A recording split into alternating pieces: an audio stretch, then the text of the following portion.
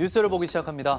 네, 오늘은 장관 후보자들에 대한 인사검증 보도 먼저 살펴보겠습니다. 국민일보입니다.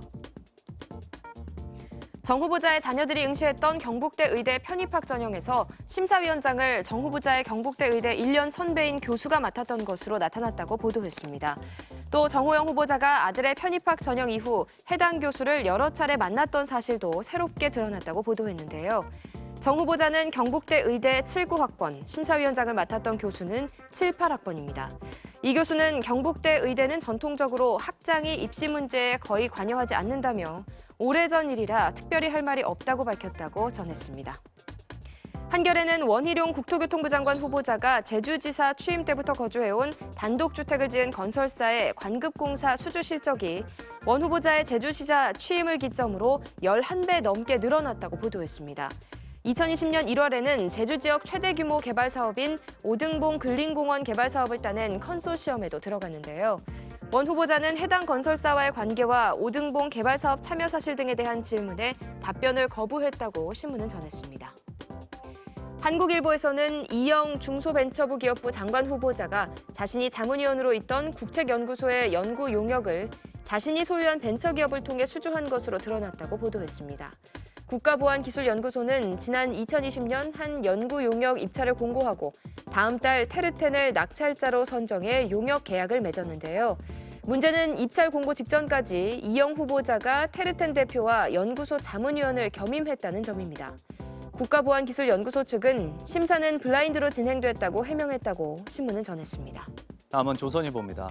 커피 전문점 스타벅스의 선불 충전금이 중형 저축은행 규모에 맞먹을 정도로 빠르게 늘어나고 있습니다. 작년 한 해 국내 스타벅스에 새로 쌓인 선불 충전금은 약 3,400억 원으로 한 해 전보다 84%나 늘었는데요. 선불 충전금이 코로나19 격려금 등으로 활용되면서 코로나 특수를 톡톡히 누린 겁니다. 하지만 스타벅스 선불 충전금이 고객 보호 장치가 없는데도 아무런 관리 감독을 받지 않고 있다고 신문은 지적했습니다. 이어서 중앙일보 살펴봅니다. 건설 자재 가격이 크게 오르면서 건설 현장이 큰 타격을 입고 있습니다. 세계 최대 철근 생산국인 중국의 수출 제한으로 철근 값은 지난해부터 치솟고 있고 러시아의 우크라이나 침공 여파로 시멘트 가격마저 폭등하고 있는데요.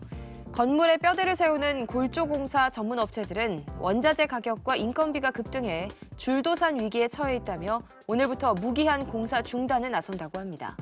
이들이 공사를 중단하면 전국의 대형 아파트 건설 현장 600여 곳이 멈춰서는데요. 분양 시장에도 악영향을 미칠 것으로 보입니다. 다음은 국민일보입니다. 최근 공사가 중단된 둔촌 주공아파트 재건축 사업에 돈을 빌려준 금융권이 만기 전 회수를 검토하고 있는 것으로 알려졌습니다.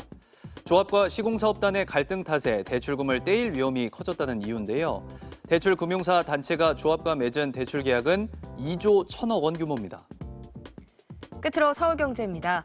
대통령직 인수위원회가 차기 정부의 청년 주거 사업인 역세권 첫 집의 공급 대상을 무주택 중장년층까지 확대하는 방안을 검토하고 있다고 합니다. 역차별 문제가 불거지면서 세대 갈등 요인이 될 수 있다는 판단에서인데요.